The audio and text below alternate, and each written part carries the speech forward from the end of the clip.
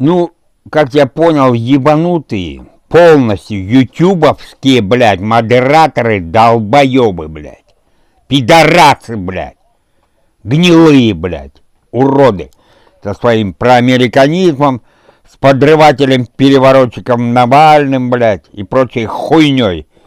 Дебильной, блядь. Я вот статьи сейчас по образу жизни пишу, там городской образ жизни вообще выкидывать нахуй надо.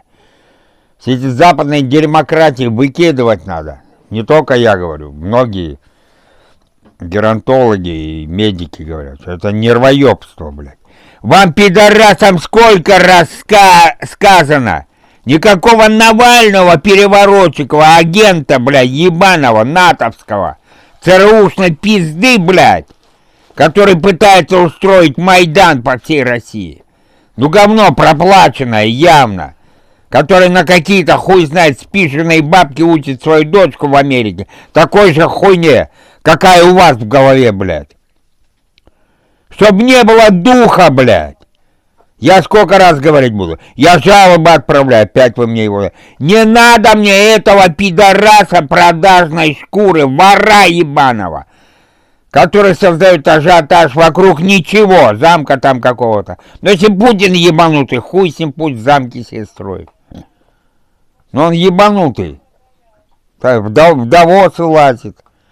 Толку с этих Давосов какой? Толку с этого ебучего доллара, что бандиты его сюда затащили. Пахать на него нахуй, когда кругом банкроты, блядь, сидят. Один ебанутый другого стоит. Мне ни того не надо, ни другого. Вам как еще говорить нахуй? Короче, еще раз Навальный появится у меня, блядь, на канале, на любом, на нулевом. Подписчиков мне нахуй не надо, лайков не надо. Хуйни, я здесь не зарабатываю, я в другом месте зарабатываю, блядь. Ну вот. Никаких роков от меня вы больше не получите, я вам обещаю, блядь. Я 13 обещал роков, но хуй вы пососете.